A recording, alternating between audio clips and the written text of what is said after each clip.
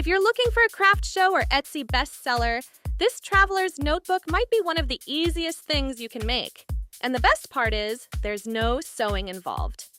I'm going to show you how you can take a simple notebook insert and turn it into something really beautiful using decorative papers like these. And I'll also do a quick flip through of the pages I used so you can see all the details.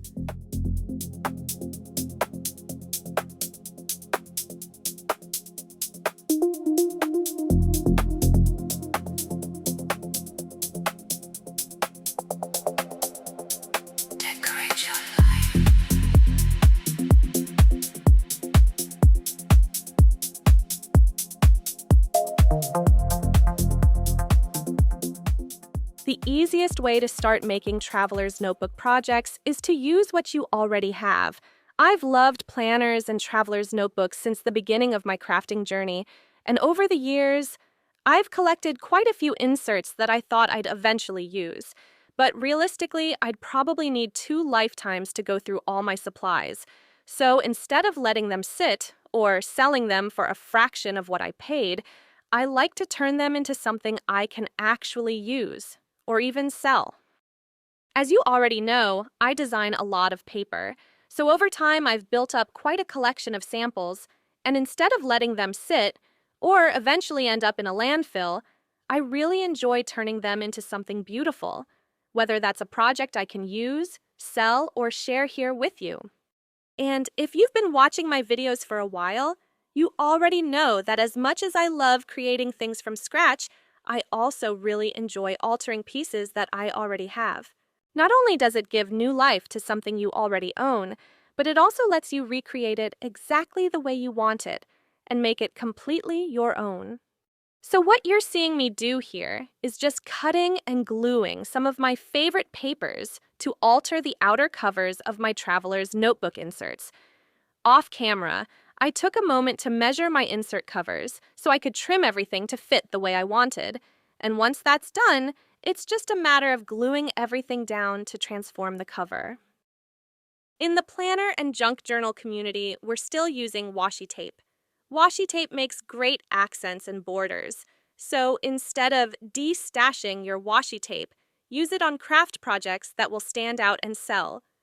And here's a tip regarding washi tape. Washi tape eventually falls off of your project as it was meant to be a repositionable embellishment with temporary adhesive power.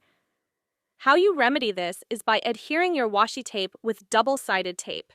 I've seen some crafters use glue, for instance, but I like to use double-sided tape because I can then control exactly where the adhesive goes.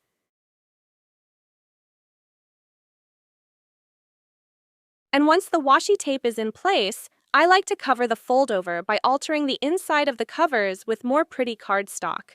Whether you're using washi tape or other types of trim on your insert covers, it's always a good idea to add pretty cardstock on the inside. Not only does it hide where the trim ends, but it gives your traveler's notebooks a finished look. And by doing this one simple step, you'll add value to your Etsy shop or craft fair listing. When I'm adding cardstock to the inside cover, I gotta test the closing. I do this every time because I have to consider the weight of my cardstock upon closing the cover.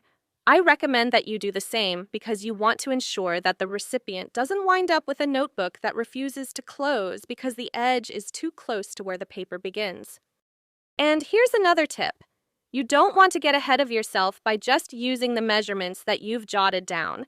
When trimming down elegant focal designs, make sure that you align the focal point to your cover first and mark off where the cut should actually be. Then later, you can use your measurements as a guide to the length and width of your traveler's notebook insert cover. And wait until you see the rest of these pages. I'll show you everything at the end. I hope that you found this traveler's journal insert tutorial helpful and inspiring. Remember to always look through your stash first before going on to yet another spending spree for craft supplies that you may already have.